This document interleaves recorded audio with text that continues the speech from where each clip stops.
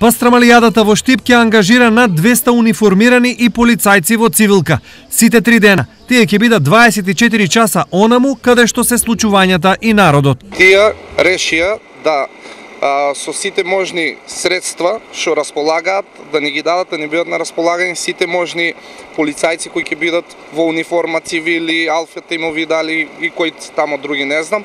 Значи сите ќе бидат. Безбедноста е на високо ниво. На овој начин, кражбите по автомобили кои ги имаше лани, годинава ќе ги нема. Од полицијската станица, значи има луѓе задолжени на паркинзите кои се обезбедени, околу 8000 возила, мислам дека имаме капацитет да обезбедиме за паркинзи.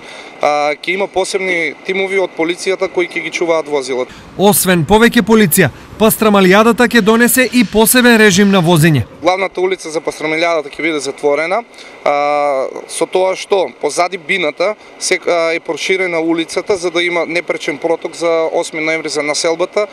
Инаку, местото каде ќе се одржува Пастрамалијадата веќе е во топ форма. Се мести бината, а поставени се и 40 штандови на кои ќе се продаваат пастрамалиите. Подготовките за ова година се подобро организирани. Очекуваме поголемо присуство на граѓани од другите градови.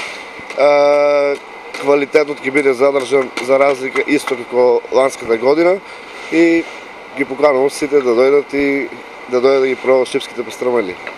Забавата почнува веќе од утре со настапот на Елена Ристевска, продолжува во петок со Аца Лукас, а главната журка е во сабота за кога е закажан настапот на Желко Јоксимовиќ.